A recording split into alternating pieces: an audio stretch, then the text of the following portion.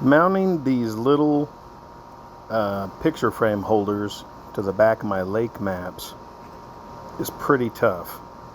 I drop them all the time. Those nails are super small. I can't drive them in real well.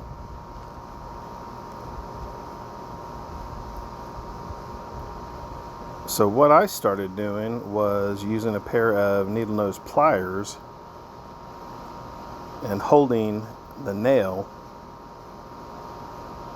and then tap it in with one of these little hammers. I forget what they're called.